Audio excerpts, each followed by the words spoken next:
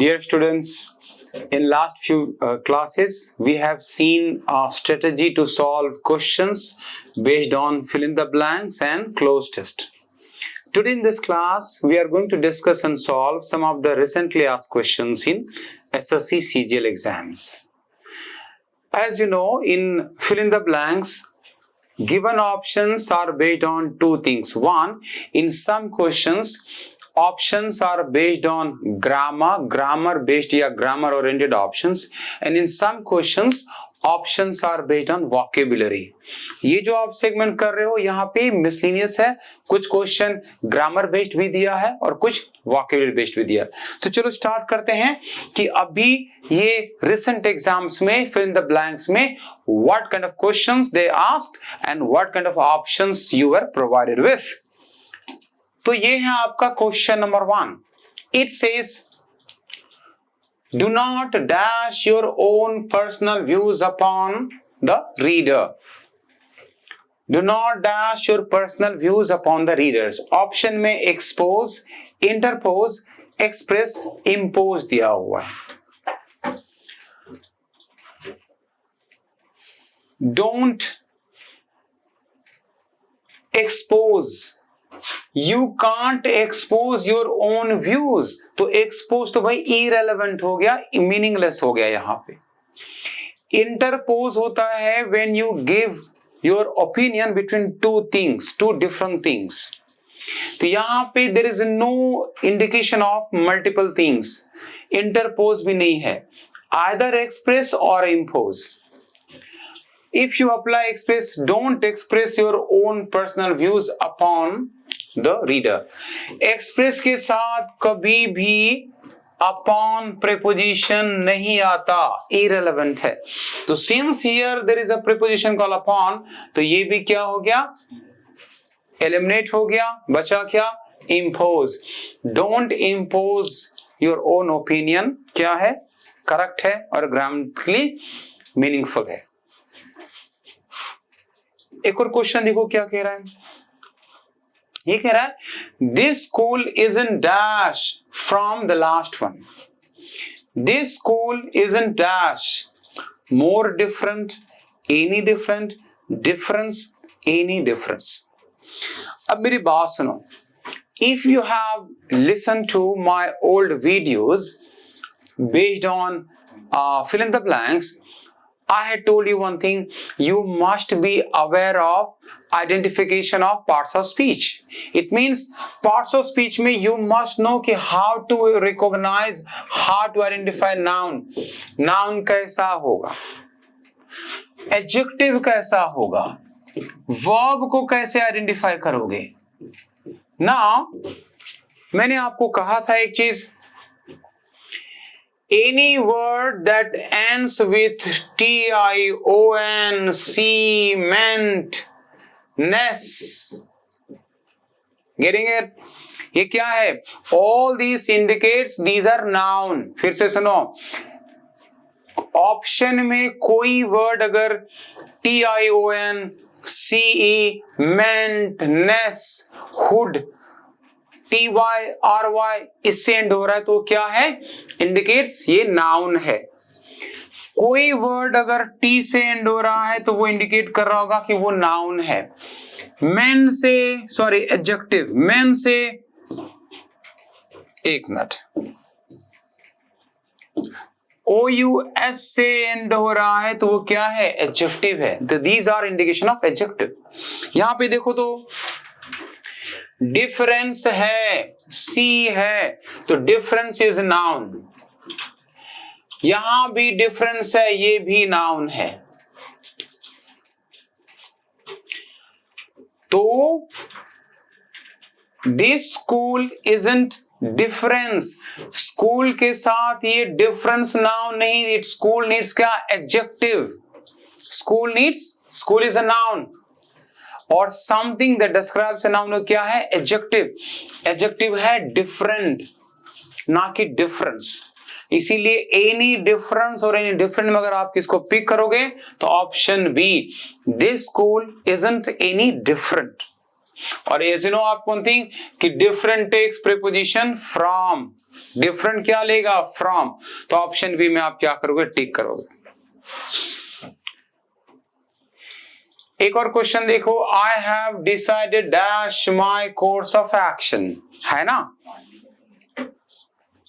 देखो कौन सा प्रीपोजिशन अप्लाई हो रहा है गाइस, मैं फिर से कह रहा हूं, अगर आपने फिल इन द ब्लैंक्स और क्लोज टेस्ट का स्ट्रेटेजी या अप्रोच का वीडियो नहीं पहले गो थ्रू किया है, गो थ्रू वॉच करो, एनालाइज करो। वहां पे मैंने बताया था पहला चीज how to identification of parts of speech, how to know the structure of a sentence. Structure of sentence का मतलब कि वहां पे आपको क्या है, वर्ब का कौन सा फॉर्म लगेगा या प्रेपोजिशन क्या अप्लाई होगा, वो पैसिव में होगा कि एक्टिव में होगा, ये सारा आप स्ट्रक्चर में जानते हो। इफ यू डू दैट ये आपके लिए इजी हो जाएगा। और मैंने कहा था कि फिल इन द ब्लैंक्स में खास करके एसएससी सीजीएल के एग्जाम में preposition plays major role. Decided upon, decided with, decided for, decided of.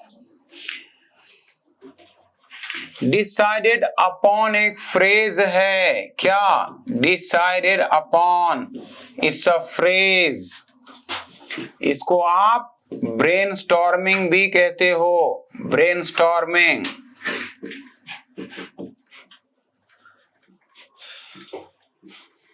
Brainstorming यानी कि आपने बहुत सारे ऑप्शन पे चूज करने के बाद you have taken a decision. तो डिसाइडेड अपॉन क्या है, एक फ्रेज है, आपको उसको चूज करना है, पिक करना है।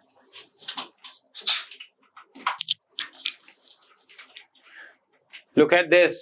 She dashed him angrily because he made the floor dirty with his muddy shoes.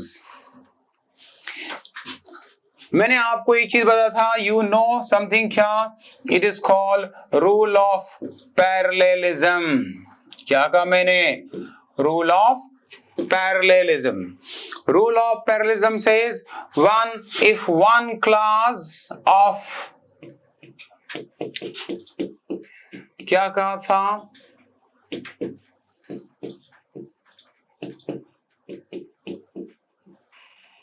फिर से सुनो।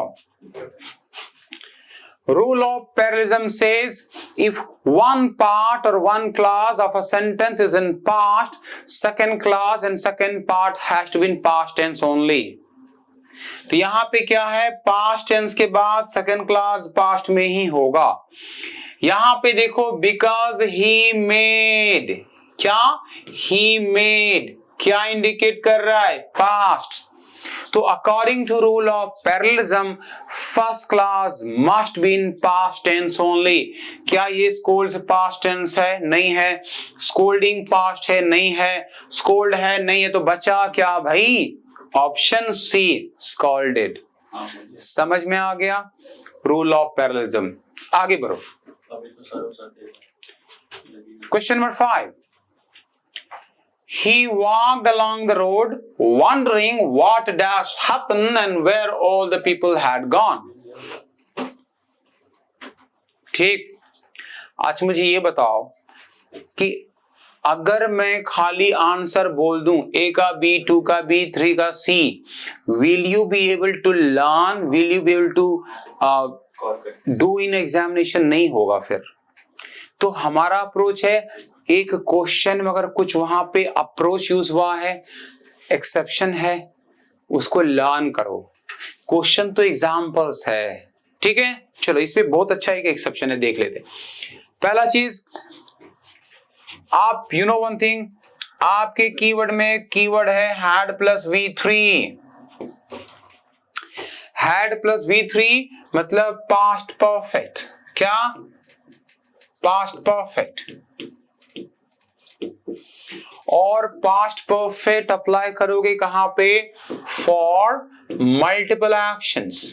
कहां पे, multiple actions. Multiple actions means more than one action, more than one action. यहां पे कितने एक्शन हो रहे हैं? पहला कि he walked, दूसरा happened, gone.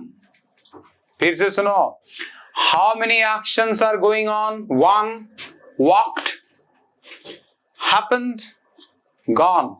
मल्टीपल एक्शंस हो रहा है ना भाई, तो रूल क्या कह रहा है आपका?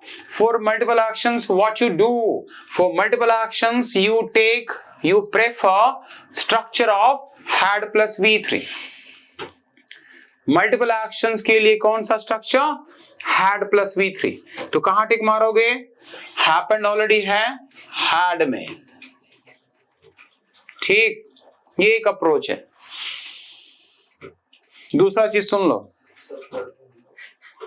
इसको मैं कर रहा हूं इरेज, बिकॉज ये चीज आपके समझ में आ गया। अब यहां पे देख लो ना, अज्यूम करो यहां पे हैड है, ठीक है, हैड है, हैड। अब वो बोलेगा कि is this sentence grammatically correct? वहां पे हैड है, फिर भी अगर ये सेंटेंस एग्जाम में आ गया ना करेक्शन नो करेक्शन करके, तो क्या होगा? देखो, what had happened, what, ये देखो, what had happened, you know very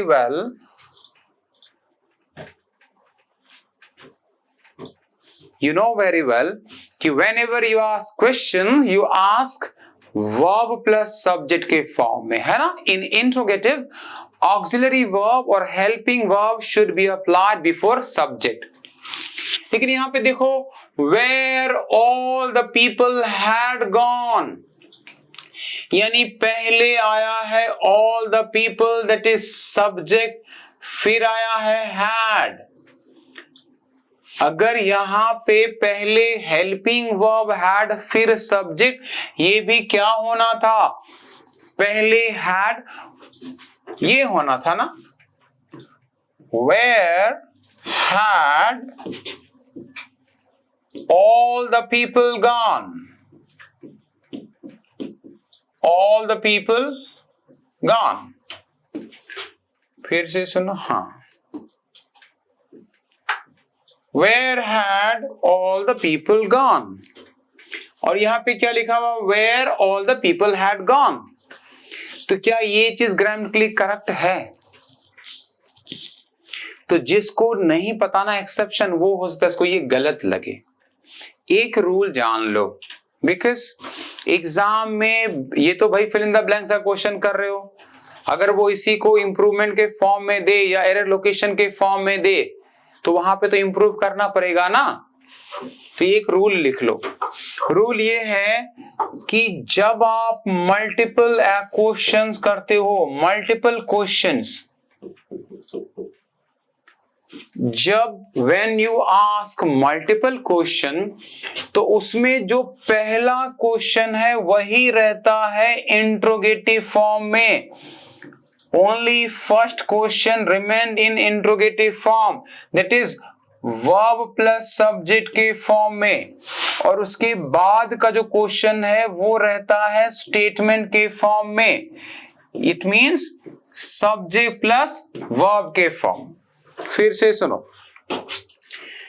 whenever you ask multiple questions, तो वहां पे केवल पहला पार्ट ही रहता है क्वेश्चन के फॉर्म में, बाकी सारा क्वेश्चन रहता है स्टेटमेंट के फॉर्म में, सब्जेक्ट प्लस वर्ब के form.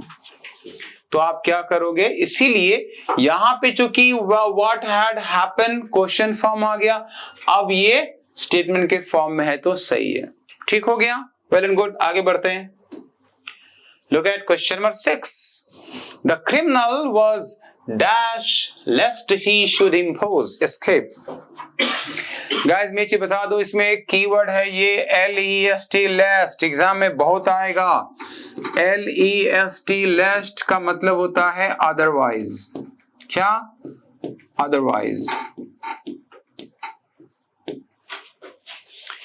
Listen again, lest lest का मतलब है otherwise. Lest is a frequently asked keyword of examiner because कभी भी lest आ गया ना तो modal auxiliary verb has to be only should। फिर से सुनो, lest के साथ modal verb केवल should ही possible है। lest के साथ क्या? Only should। Now can you imagine what kind of error they may give you based on lest? वो क्या करेगा? lest के बाद should नहीं, would देगा, could देगा, might देगा, error locate करने बोलेगा। यहाँ पे देखो lest के साथ क्या अप्लाई हुआ? should है, ये ग्रामेटिकली करेक्ट है। ना ये फेटिड जो है ये बैड स्मेल के लिए कहा जाता है। Bad smell. तो क्रिमिनल वर्स ये फेटेड यहाँ पे इरेलेवेंट है, लेकिन ये फैटर्ड जो है ना, फैटर का मतलब है टू चेनिंग समवन। चेनिंग, किसी के पैर में चेन डाल देना या उसको हैंडकफ कर देना, तो फैटर्ड का मतलब चेनिंग या हैंडकफिंग होता है। हैंडकफ्ड। तो क्रिमिनल के लिए फेटेड, और ये फेटल का मतलब होता है ये एक तरह से शार्पन करना है ना, यानी किसी इरेगुलर ऑब्जेक्ट को या नुकीले ऑब्जेक्ट को शार्पन करना, उस तरह का ये यूसेज होता है। ये सब में ये फैटर्ड जो ही दिखा तो क्रिमिनल है, तो भाई विदाउट फेल वो फैटर्ड यानी हैंडकफ्ड हो गया, चेंड हो गया। ऑप्शन बी में टिक मार दोगे, आपको वो करेक्ट हो जाएगा। तो आप देख रहे हो क्या कर रहा है। अभी जो रिसेंटली एग्जाम्स हुआ है वहां पे कुछ क्वेश्चन जो ऑप्शंस है ग्रामर बेस्ड ऑप्शंस है, और किसी क्वेश्चन में ऑप्शन क्या है? वोकैबुलरी बेस्ड ऑप्शंस है। तो आपको बैलेंस करना दोनों चीज को। आगे बढ़ो। Legislation was passed to punish brokers who dash their clients' funds। और ये क्या हो गया? ये सारा uncommon word, uncommon vocabulary based का ऑप्शन दिया है। डिवास्टेट का मतलब आपको पता है, इमोशनल, डिवास्टेटेड। रिमेंबर दो चीज, एक होता है डिस्ट्रक्टेड, डिस्ट्रक्शन, एक होता है डिवास्टेशन। डिस्ट्रक्शन होता है फिजिकल फॉर्म में, physically something is distracted physically, और डिवास्टेशन होता है मेंटली। क्या डिफरेंस समझ में आया? Something can be destroyed, physically destroy हो गया। अगर कोई इमोशनली, मेंटली, साइकोलॉजिकली डिस्ट्रॉय हो गया तो उसके लिए आप डिस्ट्रक्शन ही क्या वर्ड यूज करोगे? डिवास्टेटेड। डिवोर का मतलब है ईटिंग टू मच। तो यहां पे लेजिस्लेशन ये डिवोर मीनिंगलेस है। डिफैल्केट, ये डिफैल्केट जो वर्ड है, डिफैल्केट का मतलब होता है किसी के ट्रस्ट को बिट्रे करना। समझ रहे हो? तो क्लाइंट्स फंड्स, किसी के ट्रस्ट को, किसी के ट्रस्ट का एडवांटेज लेके किसी को लॉस करना, वो डिफैल्केट है। तो इस सिनारियो में जहां पे क्लाइंट का फंड है, डिफैल्केट जो है क्या है? रिलेवेंट ऑप्शन लग रहा है। You should opt for defalcate. मैं चीज बता दूं कि ऑविजन इंस्टीट्यूट के क्लासेस में वोकैब के लिए I used to give some vocabulary, उसका कुछ हार्ड कॉपी, सम पीडीएफ। वो जो मैं पीडीएफ दिया हूं उसमें ये सारा चीज आपको दिख जाएगा। थोड़ा उसको गो थ्रू करना है एग्जाम में अपेयर होने से पहले। चलो question number 8, his father was dash the same business, engaged in, endowed with, endow होता है किसी को फी पे करना, mostly when you pay fees to the colleges and schools वो क्या है, एंडोमेंट कहते हैं उसको। बिजनेस कैन बी मैनेज्ड, तो बिजनेस के लिए क्या है ना, मैनेजिंग बिजनेस एक रिलेवेंट और मीनिंगफुल अप्रोच है। तो option A, his father was managing over the same business आपका करेक्ट लग रहा है, अप्रोप्रिएट लग रहा है।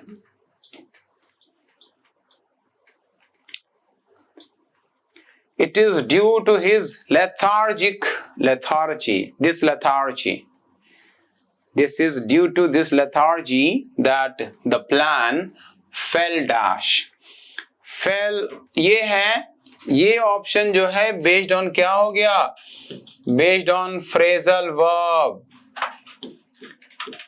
based on phrasal verb, fell off, fell out, fell through, fell away.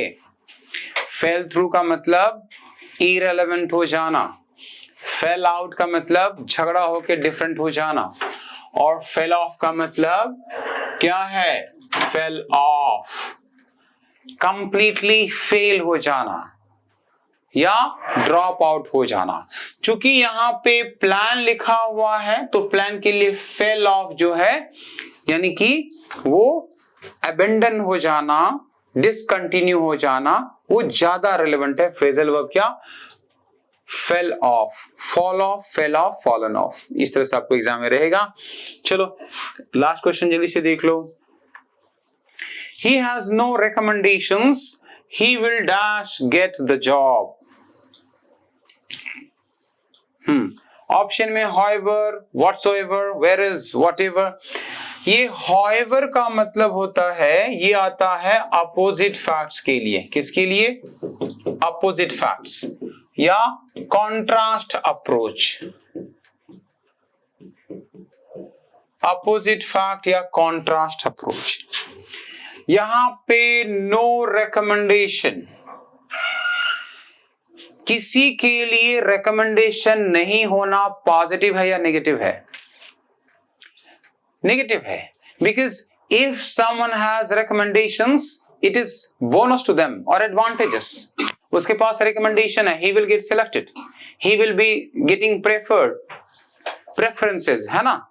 तो यहां पे गेटिंग नो रिकमेंडेशन क्या है, नेगेटिव है, लेकिन क्या है, he will get job, job मिल जाना पॉजिटिव है। तो यहां पे कॉन्ट्रास्ट अप्रोच या अपोजिट अप्रोच फॉर्म हो रहा है, और यहां पे हाउएवर क्या है, रिलेवेंट या मीनिंगफुल कंजंक्शन यूज हुआ है। तो this is what they have asked in recent exams of SSC CGL. As I told you कि एसएससी सीजीएल के एग्जाम में खास करके फिल इन द ब्लैंक्स में आपको जो बैलेंस करना है ग्रामर और वोकैब के क्वेश्चंस पे, दोनों ऑप्शंस में रहेगा, दोनों को केयरफुली देखना है। Keep watching our old videos, वहां पे मैंने ये चीज एक्सप्लेन किया है पहले। Keep watching our upcoming videos, because coming classes में हम और जो रिसेंट क्वेश्चंस है वो डिस्कस करेंगे with approach. So keep watching, keep promoting and keep now like suggesting others also. Have a great day. I will meet you some other day very soon.